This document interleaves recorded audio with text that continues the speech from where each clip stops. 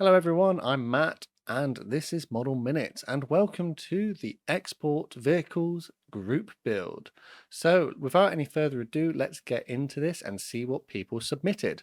So the rules in a nutshell was that you could submit anything that was built within a certain time period, and it had to feature a subject was export or license build. So something that was either designed in another country and then sold to a second country for their use, or was built in that country under a license.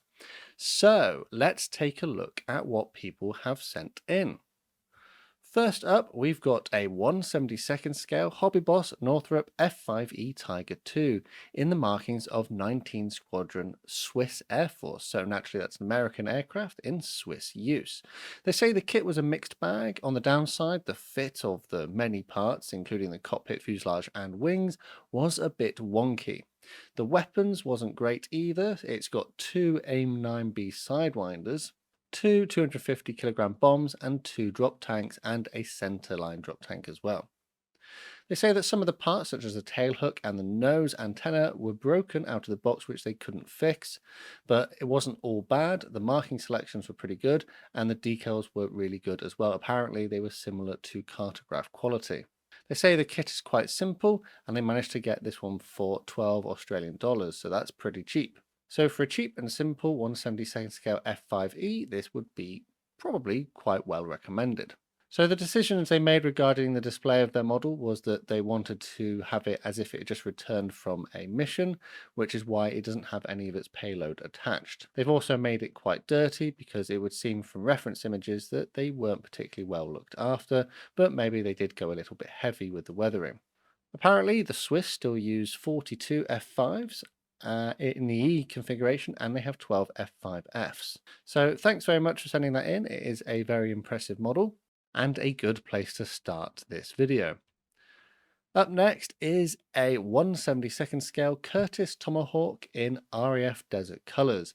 So naturally the Tomahawk was the American P-40 and it was sold to the UK for use by the Royal Air Force, and here it is in desert colours. They say the build of the plane was pretty straightforward, but it did have a few issues with the paints. As it comes with Humbrol paints from the starter set, they had dried up and they had to reactivate them. The decals were fantastic though, and as it's a starter kit, they did some hand painting with brushes, which I think, it's gone pretty well. There doesn't seem to be that much in the way of brushstrokes in your paint, so well done for that. All in, they say that this is one of their most favourite kits, and I would be inclined to agree. Having built a number of these myself, it is one of my favourite kits too. Moving on, we've got the same aircraft again, but by a different person. I suppose it only makes sense to have these two featured together, seeing as the P-40 was exported to a lot of different countries. This person says that they enjoyed every bit of assembling, painting and applying the decals, but part of the rudder piece wasn't formed correctly, which is a bit of a shame. They used some filler to fix that part. But once again, a very good submission. So moving on, we've now got an F-16AM in a Block 15 guise as used by the Romanian Air Force. This one is in 1/72nd scale and it's from Hobby Boss. They say the kit went together fairly well with some small gaps that they didn't bother to fill, as it would impact the finished look of the model. A few aftermarket parts such as Eduard's photo-etched interior set, masks, decals and some missiles, which they found looking through the extra parts in their spares box. Apart from the decals, which were appropriate for any model, the reinforcement plates and the Sidewinder missiles, none of the extra parts fitted correctly, so they had to be modified to make them fit. The missiles on the wings are from an old Mr. kit, and they are meant to represent AIM at 120 AMRAAMs. The figure on the diorama base was made a few months ago for another project, but it has been used here to help make the aircraft stand out. And I think it goes to show you have put quite a lot of extra work into this, as it does stand out as a very well built model. So thanks for sending that one in. Up next is a Somali Air Force F-51D built from the North American P-51 Mustang kit from Airfix, and this is 1/72nd scale. According to the information provided by the model of this kit, the Somali Air Force operated 8 Mustangs during the 1950s. They used airframes provided by the Italian Air Force, with Italy having received them after World War II. All Mustangs were returned to Italy in June 1960 when Somalia gained their independence. They say the build was mostly easy apart from some parts disappearing into the void. Yeah, I've experienced that myself.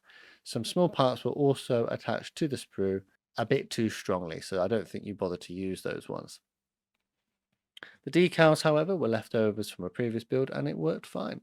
So yeah, this is a very impressive looking model, and I particularly like that you've managed to take your photographs outside at what looks to be an airfield, which helps to make things look a little more interesting. So thanks for sending that in. Up next, we have an F-86F in 1 to 144th scale serving for Japan. This is the Trumpeter model kit, and I have built one of these in its normal F-86 livery, and it is a very nice kit. They say that they did find this kit easy to build, apart from there were a few fiddly bits. The decals, however, were not great and were possibly the worst ones they've ever used, saying they were papery and refused to remove from the sheet without ripping. As a result, they pretty much just ended up using the roundels. All in, because it was such a small kit, it took about 8 hours to build, the landing gear was fiddly, and it didn't like to stay on the diorama base either. However, they say it was a fun build, and decided to do this one over another project which they thought would be suitable. And yeah, I think it's good that you have done this one because it does add another interesting model to the collection, so thanks for sending that in. Here we've got a Italeri Hunter FGA 9 in 1/48 scale, which was serving with the Swiss Air Force aerobatic team. The Hawker Hunter, being used by the Swiss Air Force for 36 years from 1958 until 1994, was replaced by the F-5E, which I think we saw earlier. The Swiss Air Force had 160 Hawker Hunters, 100 of which were built in Britain, and the other 60 were license built in Switzerland. They say the build went pretty smoothly, and they only needed to use filler in a few places. There were a few issues with the paint because the paint went under their masking tape, so they had to fix those errors. But overall, the build was pretty fun. And to be honest, you wouldn't be able to tell from these images that you had issues with your paint because it looks absolutely fantastically applied. So thanks for submitting that one. Up next, we've got a helicopter, a Revell 1/72nd scale Bell Dornier UH-1D of the Lufttransportgeschwader. I absolutely butchered that word, no doubt. Without saying, this is a German use helicopter. So markings depict a helicopter 7051, and it was one of the main helicopters used by the US in the Vietnam War, and seeing the success of this particular type of helicopter, the Germans decided they wanted to buy some. They say the build went pretty well. It has a detailed interior that took a few hours to build. The fit of the parts was good, minimal sanding was required, although some drilling was needed in a few places. Some parts were simply glued onto the model with no indication of where they were supposed to be, so they've done their best effort. Decals were the right thickness and went on easily, and they were also relatively big and didn't lead to annoyance over very tiny decals. Yes, that's always quite handy when you have a few decals that are, big enough to handle and you don't have those tiny little stencils. During painting, they used acrylic, and only one issue arose where on the bottom the paint had collected and dried into a prominent shape. So it sort of like formed a droplet type shape. I've had that happen on a few models before. But I wouldn't worry too much about it because if you hadn't told us, we wouldn't have been able to notice. So thanks very much for taking part. Here we've got a 1/72nd scale IBG PZL P24G, painted as one serving with the Greek Air Force in 1941. The PZL P24 was an export version of the Polish PZL P11. It sold well in the Balkans, with Bulgaria, Romania, Greece and Turkey all buying some before the war. Greece had 24 operational P24s at the time of the Italian invasion, and apparently these shot down 40 German and Italian aircraft. So about the build, the kit was great, apparently, and super detailed. Everything went together really well, and they would recommend it to any other modelers who'd like to have a go. One issue that they say is their own fault was that they glued the wing incorrectly, which causes it to tilt when you look at it from the front view. On the whole, though, I don't think that's too much of an issue, as it does look to be an absolutely brilliant build. Thanks very much for sending it in. Here we've got a Hasegawa 1/48 scale North American F-86 F-40 in service with the Philippine Air Force. The Philippine Air Force received about 40 of these Sabres in 1957, replacing their P-51 Mustangs that they previously had. Most of the Sabres were in prior service with Taiwan. Over time, the Philippine Sabres were upgraded to the F-86 F-40 standard. The Sabre was completely phased out by 1967 and replaced by the F-5 Freedom Fighter. Outside of its combat role, the Philippine Air Force Blue Diamonds aerobatic team used these jets until 1968. This particular jet, with the tail number 24468, can be found preserved at the Philippine Air Force Museum in Manila. They say they usually build aircraft in 1/72nd scale, so giving 1/48 scale was a new challenge. The kit was relatively straightforward to build and went together nicely. They took this time to experiment with bare metal paint schemes using different Alcad 2 metal paints and gloss black and grey bases. Most of the decals are aftermarket, using a technical stencil set for the F-86. The numbers are from the kit decals, which was for a Japanese blue impulse scheme, and the Philippine Air Force markings here were made by themselves. The only difficulty they experienced while building was the aftermarket technical stencils, as the decal film was very thin and the decals seemed to stretch. Overall, satisfied with the end result though, and you should be because it looks amazing. I particularly like that you've managed to get the canopy open so you can see the pilot sitting in his chair. Moving on, we've got a trumpeter 1/72nd scale M113 as used by the Lithuanian Armed Forces. Since trumpeter only offers the Vietnam era ones, they had to make a few adjustments. Nice bonus is the interior detail, although it lacks a driver's seat and controls. Interior stowage boxes is from Academy, and some scrap linen cloth was also added inside.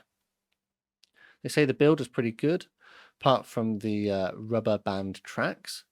It was painted with Italeri acrylics. Lithuania purchased several hundred of these APCs from Germany in the early 2000s. I quite like there that you've been able to take the top off so that you can see inside to see the interior. Once again, another good build despite the fact that this one had rubber band tracks. So moving on, we now have an Su-30 Mark II in 1/72nd scale from Trumpeter. It has aftermarket decals for the Indonesian Air Force number 11 Squadron. They say the kit is a pretty good one with minimal issues, but the manual or instructions are a little bit confusing.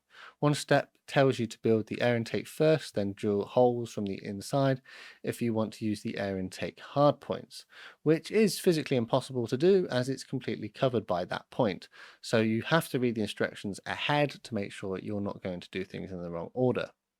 Indonesia purchased the Su-30 in the early 2000s. Apparently it has 11 Su-30s, all upgraded to the Mark II standard. And this is a very impressive looking model indeed, a very nice clean build. So thanks for taking part. Next up, we've got an I-16 in 1/72nd scale from Clearprop. So this is a Spanish aircraft. Originally built by Russia, but this is in use of Spain in 1936 to 1939 by the Republicans in the Spanish Civil War. They say it was a lovely kit with a reasonable amount of detail, but some problems arose with the canopy, which had lots of scratches, but they managed to move on from that. The instructions were printed in colour, so the build was pretty straightforward when applying their paints. This looks to be a very nice and clean build with a very interesting paint scheme. Thanks for taking part. Next, we've got a MiG-17F of the VPAF. This kit is from the Airfix MiG-17 or J5 kit in 1/72nd scale. It fits into the export theme as numerous MiG-17s were donated from the USSR and China to North Vietnam during its war. They used the decals from the aircraft 3020, but didn't plan on portraying the aircraft with complete accuracy. The kit fit together well for the most part. A few parts weren't sized correctly, but they could be easily worked out to make them fit. They broke one of the instruments on the wings, which is a bit of a shame, and I think you can see it there in the image on the left. It should be a little bit longer. However, they said the trickiest part of this aircraft was doing that paint job. Historical references were minimal, online, and there were very many different ways of having the camouflage done. So they used the MiG-17, which is on display at the United States Air Force Museum in Dayton, Ohio, as a primary reference, despite it potentially having its own inaccuracies. The colours were mixed, and they used Vallejo acrylic to complete this aircraft. They do say, however, the dark green was applied with a sponge, which is an interesting technique, which I can't say I've tried myself.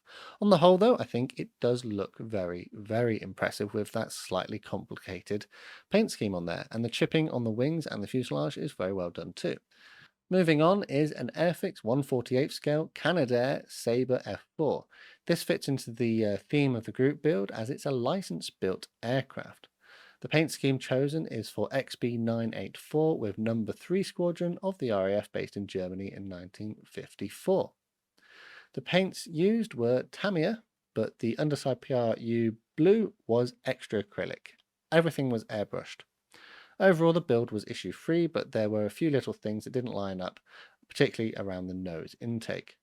They also say that Airfix did a good job with the kit, as the tail band you had two options for it in the kit. One was to do a transfer, and the other was to paint it on and then put the K on. So they decided that they were going to paint it. It's quite nice when manufacturers give you those sort of options, and it does look to be a very nice kit indeed, particularly with those open gun bays on the nose. Thanks for taking part. Up next is a Revell 1/144 scale Boeing 747-8 in Lufthansa livery. It fits a group build as it's an American-built aircraft flown by a German company. They say they enjoyed this build and it's happy with the outcome. No big issues, plastic parts were moulded to a good quality, however many parts did have an unpleasant amount of flash which they had to clean up. Decals though were high quality and went on without any issues. One part they particularly like are the engines.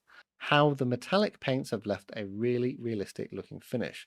The kit was 100% brush painted as they don't own an airbrush, and they used Revell Aqua acrylics which they do look really good. Yeah, so even though this is brush painted, you wouldn't really be able to tell, so it says to me that you thinned your paints down and managed to avoid leaving any major brush strokes. So well done, and thanks for taking part.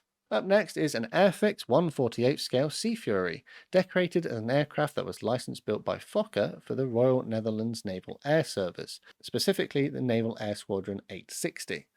Overall, it's quite a good build, detail was nice, and most parts fit snugly together, though with the ailerons it was a little too snug, but it was an easy enough fix. The weak points of the kits were some parts of the engine cowling being a little warped. They think that perhaps since they got it off of Amazon, the storage conditions may have lent to this. Perhaps it was a little bit too hot in the warehouse or something like that. A couple of decals also didn't want to cooperate and fell apart as they were applying them. However, it was something that they could move on from. They are particularly happy with how the paint job has come out, and the weathering also yielded good results. They'd say it's probably their favourite model now in terms of the results they've managed to achieve. Weathering was quite simple as it's a mix of Tamiya enamel wash and some oils. And yeah, it is a very nice looking model. Airfix have pulled out their finger over the last few years to produce some excellent kits to build, and your completion of this one is brilliant as well, with some lovely clean lines between the different paint schemes and then that subtle weathering as well. So thanks very much for taking part.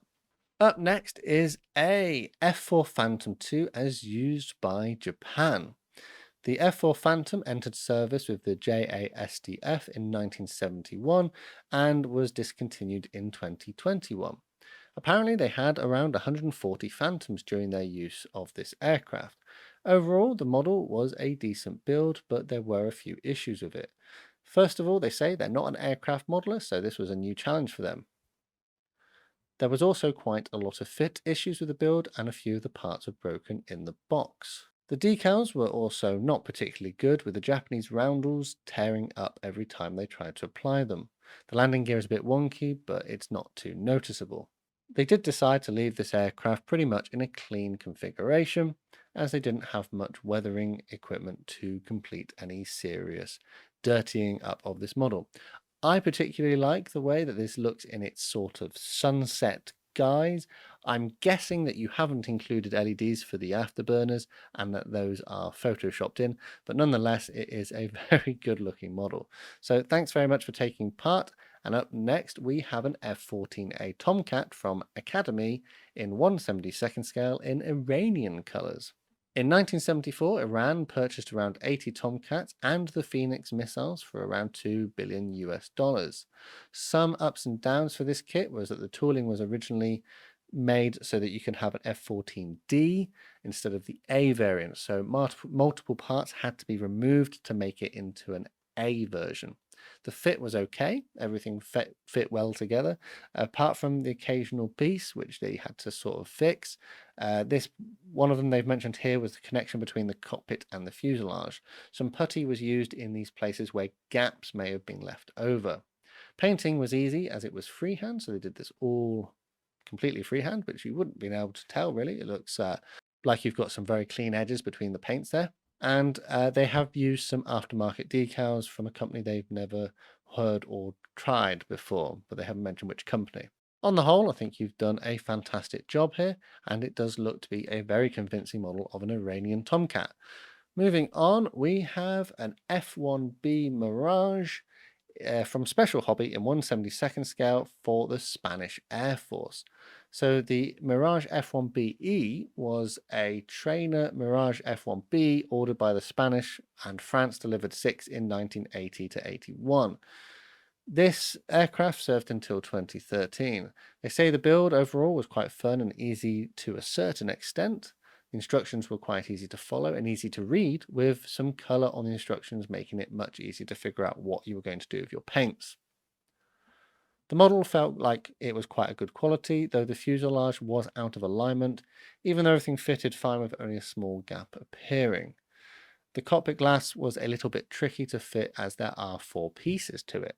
Painting was fun and very rewarding to see how it turned out, as this is their first time trying a 4-colour camo scheme.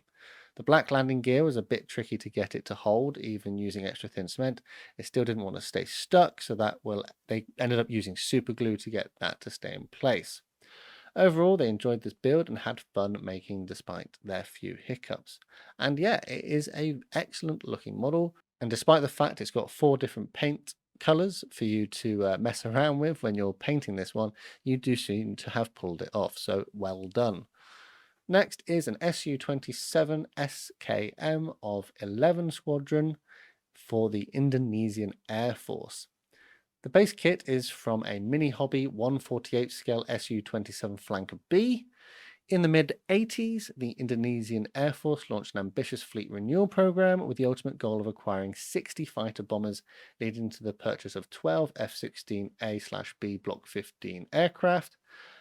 But in 1997, they cancelled the order due to an accusation from the US government, and it led to the purchase of 2 Su-27SK, and then later an additional 3 to the fleet in 2003, and they're still in use today. The kit is subpar, supposedly, and not ideal for this project, but they used it because it is the cheapest 1/48 scale Su-27 available at the time. The fit on some parts are quite bad, and the instructions are confusing. A lot of putty was needed, especially with the nose cone, and some parts are straight up broken in the box.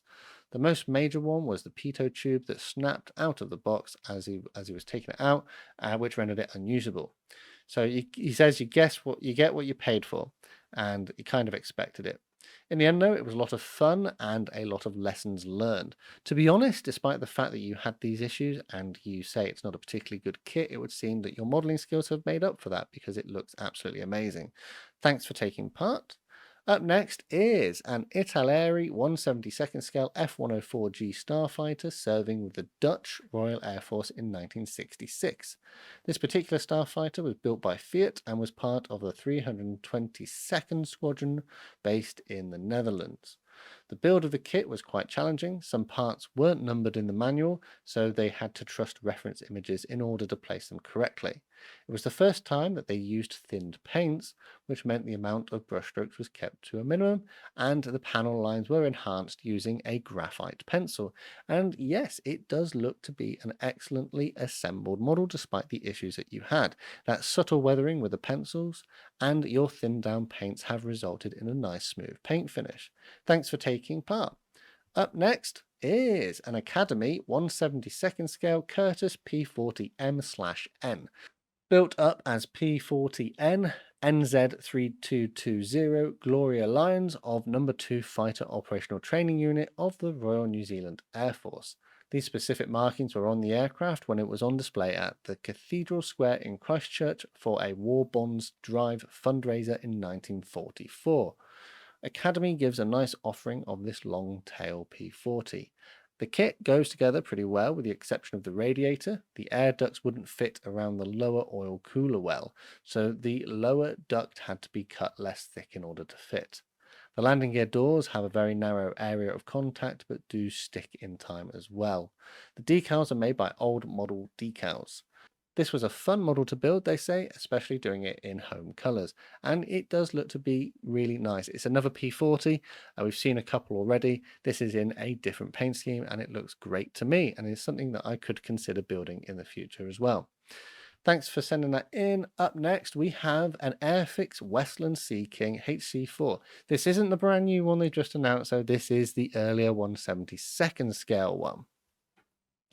It was completed as ZA314, and interestingly, apparently, this is GCMDO now, which is operating as part of Historic Helicopters, which I actually got to go to a couple of weeks ago and see their aircraft. So I've probably been up close with this aircraft in real life.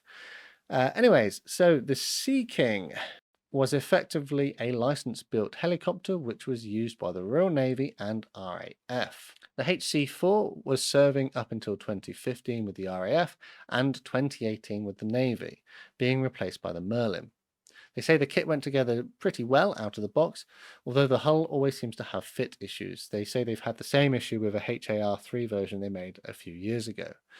The decals for the left engine exhaust don't conform quite right due to a bulge on that side of the fuselage, so in hindsight they should have made some tape masks and painted them on instead.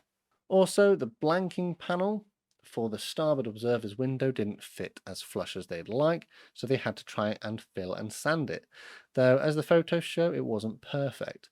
They also elected to paint the markings on the rotor blades instead of using the decals provided, as experience has shown they can be a bit of a pain. Overall, they're pretty happy with how this kit turned out, despite the fact the build mostly taking place while they were suffering burnout. Yes, burnout can be a massive issue with motivation, but it looks like you persevered and managed to create an absolutely brilliant looking model of a Sea King. Thanks for taking part. Up next, we have a P39Q era Cobra in 1/72nd scale from Airfix. This is a vintage model, if you couldn't tell from the very nice vintage artwork there. The tooling is from 1965, so most of the details are raised. The decals were better than some modern ones, they say, though. The clear parts needed some cleaning up, but worked out in the end. There was no cockpit detail to speak of, really. And the model depicts a P-39 used by the Soviet Air Force in 1943 as part of the Lend-Lease program. And they say they're pretty happy with how it turned out despite the model's age. And it does look like you've done a good job of completing this kit despite the fact that this is a very old model. And I presume the transfers that you use were the ones included in the kit, and the fact that they're still perfectly fine as well is testament to their quality, if that can be said about old Airfix transfers. Thanks for sending that one in. Here we've got a Special Hobby 1/72nd scale Mirage F1CG, operated by Greece. Apparently, Greece operated 40 of these aircraft in the single-seat fighter role. The first ones were ordered from France in 1974, and the main difference between the French and the Greek ones were that the Greek aircraft carried 4 AIM-9Ps rather than the 2 Magic ones that the French carried.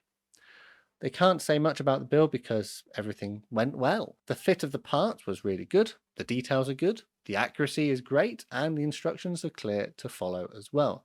They say the model is the first time they actually used a clear coat on the finished product, which you think worked out really well. Yeah, so a clear coat will help to protect your transfers from peeling or any weathering that you might do. Ultimately, it's going to help to give your model a uniform finish. So instead of having glossy areas or matte areas, you'll have a uniform finish, unless that's what you were going for. You wanted to have different areas with different things on them. I'd be inclined to agree with you. It does look to be a very nice model. The paint on there has been applied really neatly, and the details that feature on the aircraft are quite good too. So thanks very much for taking part. Up next, we have an Airfix A4Q Skyhawk in 1/72nd scale of the 3rd Air Naval Fighter and Attack Squadron of the Argentinian Navy. These were bought in 1972 from the United States, and they're basically A4B Skyhawks, modified to have a J65W20 engine, and they had the use of AIM 9 sidewinders. So now modified A4 Skyhawks are still used by Argentina as fighter and fighter trainers. They say the model was a decent build but had a couple of issues.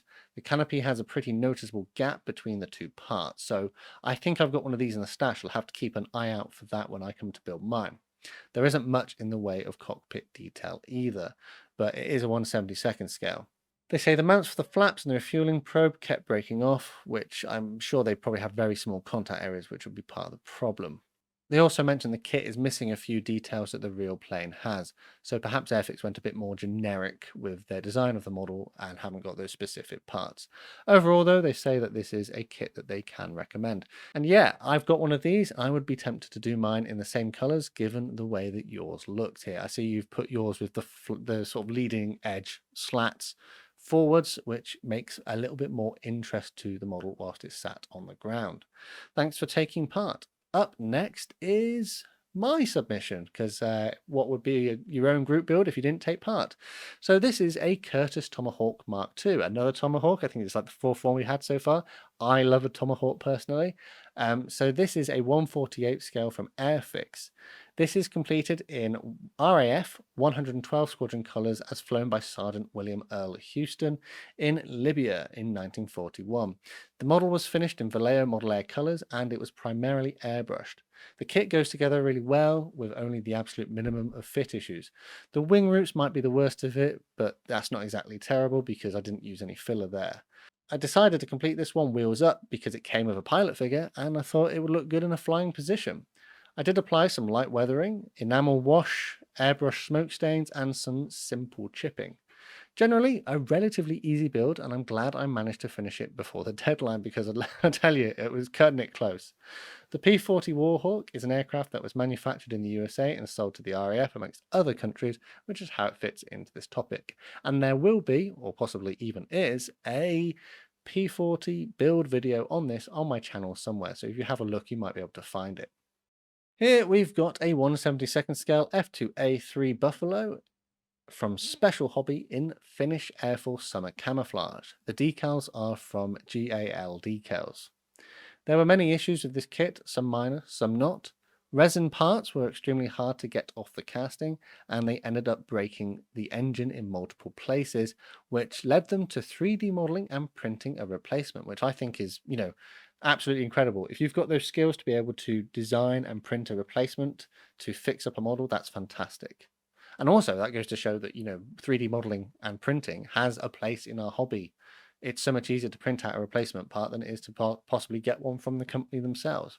They say the part that holds the prop blades together also broke, and they simply forced the blades in place with unhealthy amounts of Tamiya putty.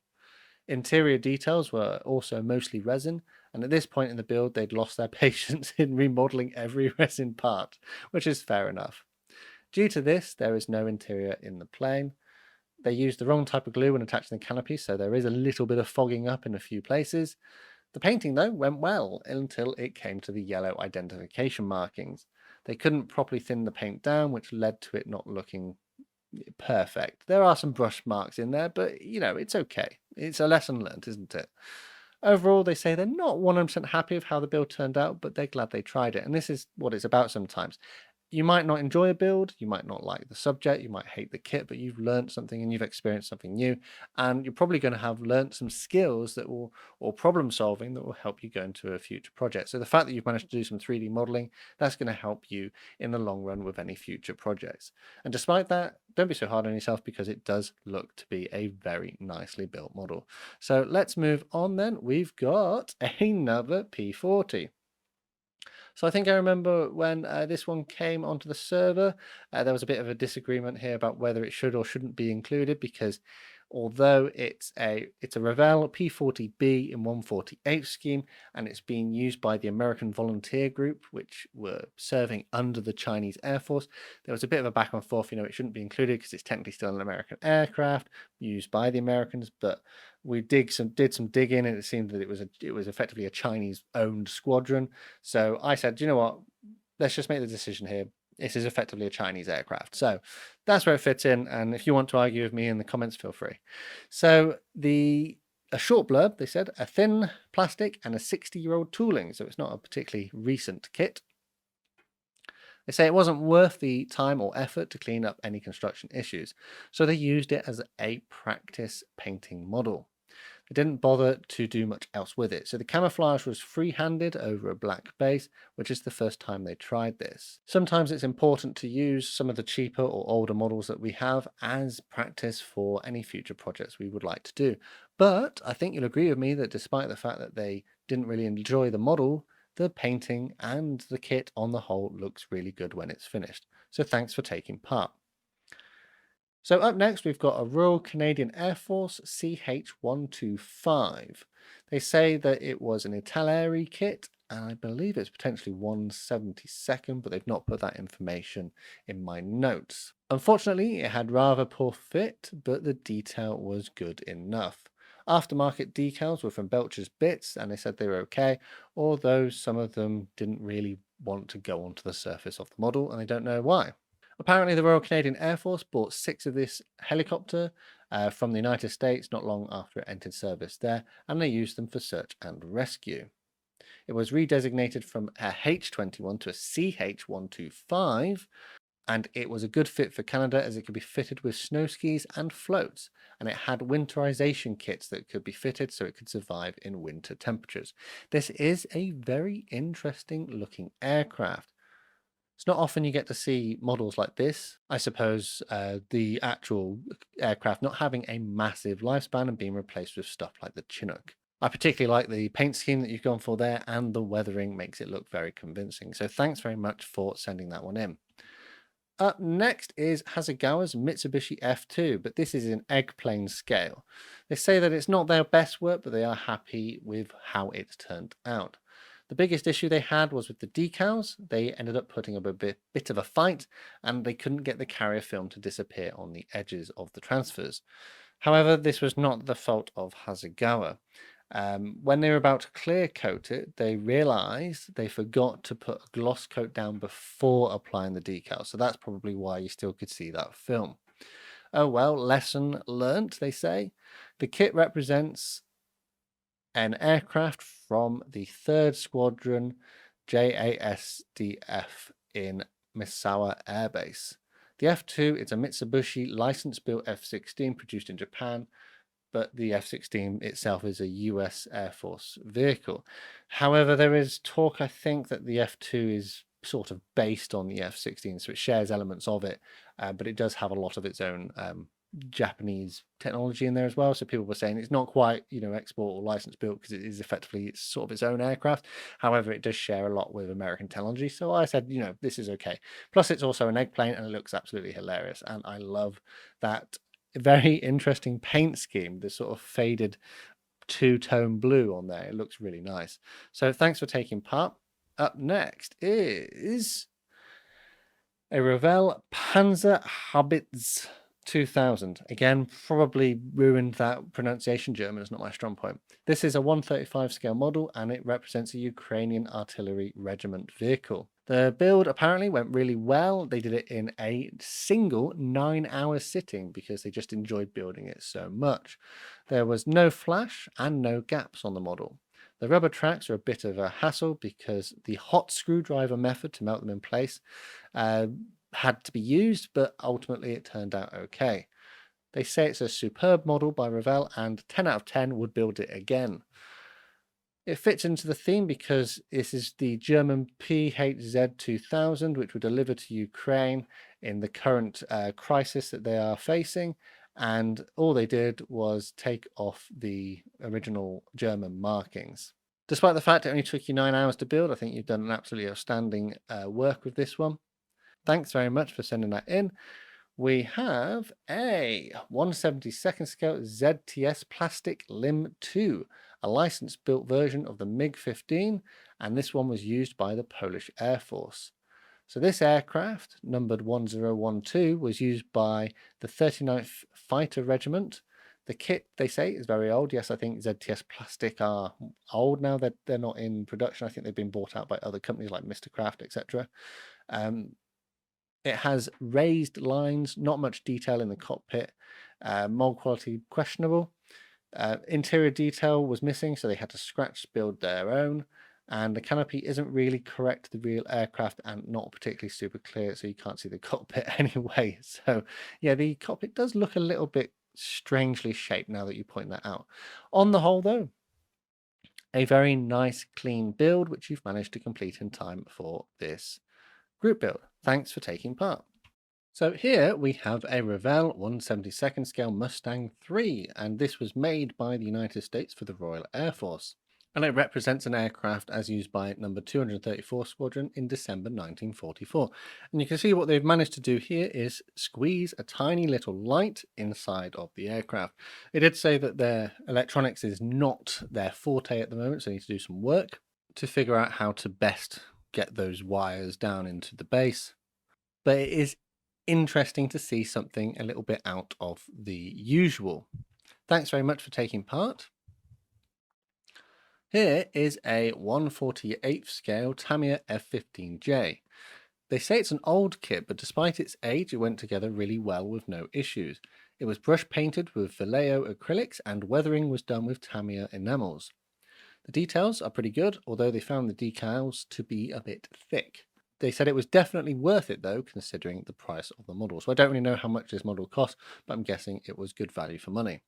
And they do make mention that it's an older model, but you can see that it obviously has reasonably good detail for its age. And I love that you've managed to display the radar in the nose with the nose cone removed. Thanks for taking part. Here we've got an M41 Walker Bulldog in 1/35 scale from Tamiya, but this one's in a German scheme. The build went pretty well, the parts fit together nicely. There was a lot of flash because the tooling is from 1974 though. The only modifications they were to make was doing all of the grab handles on the side of the turret out of copper wire and adding armor texture to the mantler and lower hull. For painting, they mixed ammo MiGs 062 French Blue and MiG 019 4BO Russian Green to get the green with the bluish tint that the Germans used, and they applied it with an airbrush. For weathering, they used a pin wash and then added mud texture with AK 8018 Dark Earth paste and painted dust with Vallejo US Air Force tan using an airbrush. After that, they weathered the mud, wheels and tracks with MiG 1702 turned earth. They say they're happy with how it turned out, but think the paint should have been a little more blue. I can't comment on the paint there, not being particularly well versed in the Walker Bulldog in German colours. It looks okay to me, and I love the weathering that you've managed to apply. That sort of grime and dirt and mud all in the back of the chassis parts there. That looks absolutely fantastic. Thanks so much for taking part. Here we've got a Revell 1/72nd scale T2C/E Buckeye. This model represents a T2E flown by 120 Terex 362 Mirror Squadron Air Training Wing of the Hellenic Air Force from 2005. The Buckeye was an American trainer aircraft and Greece received 35 of these. They say they found the kit to be an enjoyable build. It was originally a Matchbox tooling but was reissued by Revell. The model is brush painted with Tamiya and Revell acrylics. They did make the decision to skip the decals on the wingtips and chose instead to mask and spray them with Rust-Oleum rattle cans. You'd never be able to tell. I think, to be honest, probably masking and spraying was the right choice because sometimes it will give you better results. Overall, they say it was a fun project and they like how it looks on the shelf now that it's complete. They also say that they love the fact that we have group builds because it encourages them to do new models that would otherwise just have gathered dust in the stash. So thanks so much for taking part and for submitting this beautiful looking aircraft. Up next is a Messerschmitt Bf 109E3 in 1/72nd scale from Airfix, but this time done on Swiss Air Force scheme using aftermarket LF Models decals. In general, the kit went together very well, and the only mild problem they had was with the canopy, which comes in 3 clear parts that did not fit together well without some sanding down. They say they weren't particularly happy with the transfers as they turned out to be quite thin and papery, which made them slightly transparent, and I think we can notice that on the video. The white crosses in the middle are a little bit washed out. Perhaps maybe a white paint layer underneath that would have been helpful, but difficult to do if you had to paint the red as well. They say the paint job was a bit of a challenge as it required some very patient masking, and although it's far from perfect, they're quite happy with it. They say their favourite moment was when they managed to peel off all of that masking tape at the end and see the final paint finish. And yes, I'd be inclined to agree with you, it does look very impressive. The Swiss seem to take normal aircraft and then just slap their white crosses and red stripes all over them. So I think you've done an outstanding job of representing that here. This is a 1/72nd scale RAF Catalina Mark I, the Bismarck edition by Wolfpack Design. Decal scheme is for WQZ serial number AH545, which is the first Coastal Command aircraft credited with spotting the Bismarck.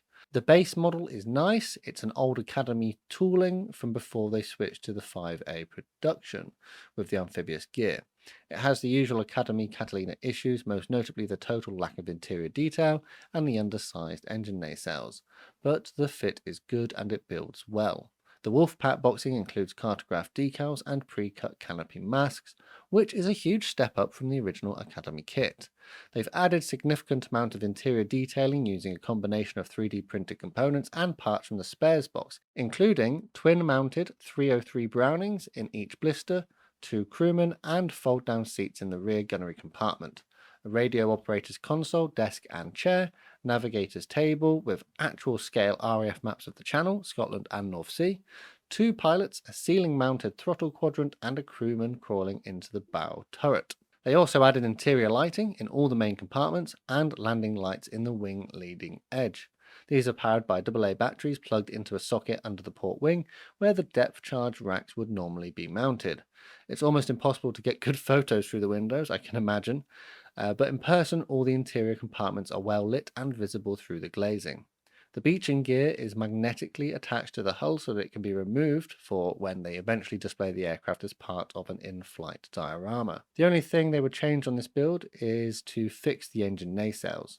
When they started this kit, it seemed like it wouldn't bother them, but after having spent this long on it, I regret not drawing up and printing replacements of the correct size. I suppose without serious modification, that would be quite difficult to go back and fix up those nacelles. But yes, it seems like you've spent a considerable amount of time upgrading this kit to the standard that you want, and you've really expressed yourself in the way that you did it. An outstanding build. Thank you very much for taking part. This is a 1/32nd scale F-104G by Hasegawa, and it's done in Spanish Air Force scheme.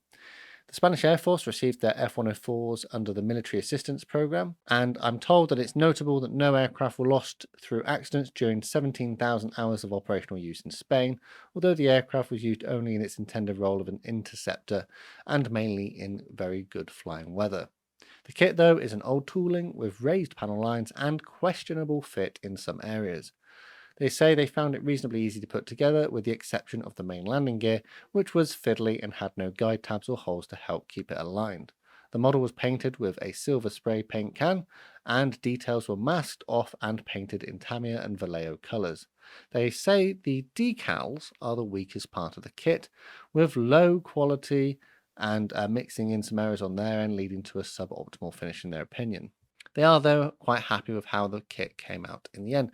And yeah, it does look to be a very good representation of the 104, despite the fact that it is an older tooling. You seem to have managed to overcome some of those issues.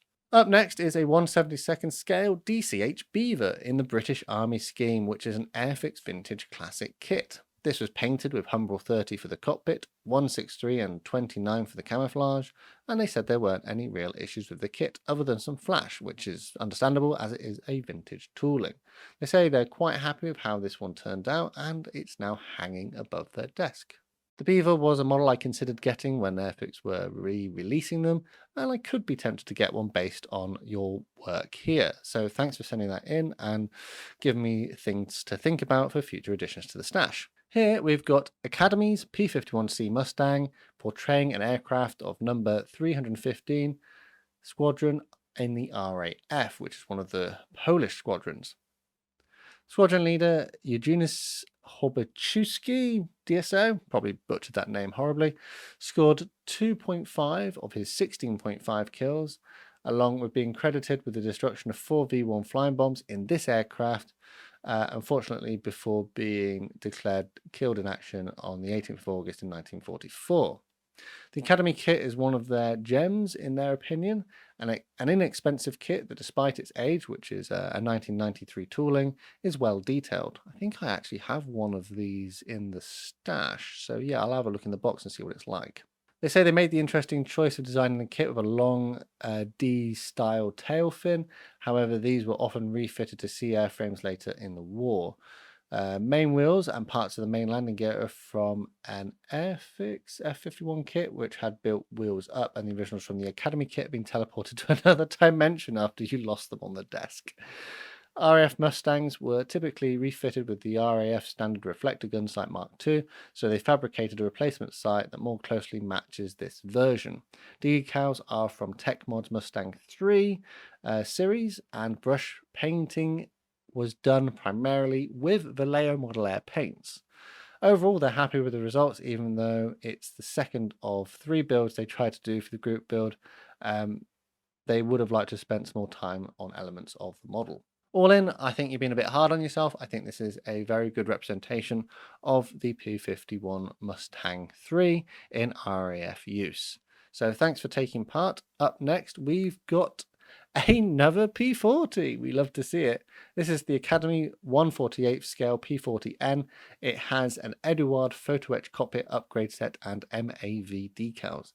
The scheme chosen was for a Kitty Hawk Mark IV as an export from the United States to South Africa. The aircraft depicted is from 7th Air Depot in Port Elizabeth, which is the town the original poster here was from.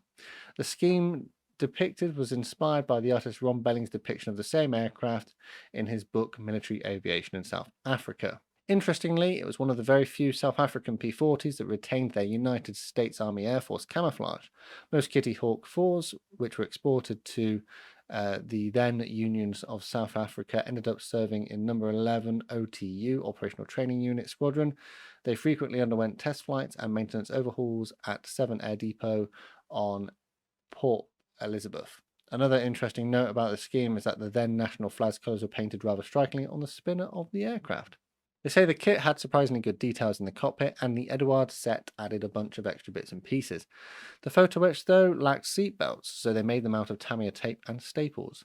There were a couple of fit issues in a few places that had to be addressed, and many of the parts had very few locating pins. They had trouble with the transfers. They started to flake off after being sealed in with clear varnish, but they adapted and added some metal chipping to make it look more intentional. The roundels and fin flash are from the decal set, but they masked and sprayed the letter A themselves. It was a challenging kit, but they're happy with the finished model, and you should be because I think you've done an outstanding job. Thanks so much for taking part. Here we have a MiG-21 PFM in 1/72nd scale from Eduard. This is in German colours. They say they started working on building the plane as soon as the group build started, but it went on hold until it was in the last week, and they had to rush to get it completed. The fit of all the parts was good, but there was a little flash in places. They would have liked to have done a pin wash on this, but they didn't have enough time, unfortunately, and they don't really like how the decals turned out, as there was a printing error on the one on the back. which is a bit unfortunate, but you know, that's a manufacturer's thing, I suppose. Painting went a little bit wrong in a few places, so they had to strip it and start over again, which is, most of us have probably been there at some point or another. Despite your issues, though, it seems you've done a good job of completing this model, and I'm glad you managed to get it in time. So here we have a Royal Australian Air Force Hurricane Mark 1 Tropical from Armour Hobby. So they say there weren't that many issues with this, but they lost one of the wingtip clear parts for the navigation light, so had to sort of come up with a solution. You'd paint them on instead. It was first time airbrushing enamel, and I think it turned out really nice. And you can see there's another export aircraft in the bottom right, which is another P40, which is keeping it company on the shelf. I quite like the look of this silver Hurricane, and I would like to do one of these in the future. Having just recently built the Hurricane Mark II from Revell, I did some silver painting on that and it looked really nice. So I might have to look into getting one of these to do a silver Hurricane, because yours looks really, really nice. Thanks for taking part, and we move on to our final submission, which is an Eduard Super 44 MiG-21 bis in 1 to 144th scale. So they say they started the kit back when the group build started, but they got a little bit sort of sidelined. It was almost perfect, except the tail was slightly bent to the left. So yeah, there's small issues on this one, which they've had to overcome. They had intended to build a different aircraft, but they didn't have the right paint, so they came to do this one instead. They say it was the first ever build they used an airbrush on, and it was relatively okay, seeing as the Eduard masking tape came in the set, which really helped to get them where they needed to be. I know that these Eduard 144 scale kits are quite nice. I think I've got the MiG-15 in my stash somewhere, but this MiG-21 looks particularly well done in your hands. So thanks very much for taking part. And that is it. What did you think of all of these submissions? Let them know down in the comments. And which one potentially was your favorite? I'm a massive fan of all the P40s because, you know, I love a P40. If you'd like to take part in any future Discord group builds, make sure you click the links in the description to make sure you're part of the Discord server before the group builds start. As always, a quick shout out to my channel members and patrons for the extra support they give the channel. A massive thanks to these guys on screen for the extra support they give me. Again, to find out more, take a look at the links in the description. If you're new here and you'd like to see more content like this, make sure you subscribe with notifications on so you never miss a modeling upload. And finally, the last thing to say to you is a massive thank you to you for watching, and I'll see you on the workbench again next time.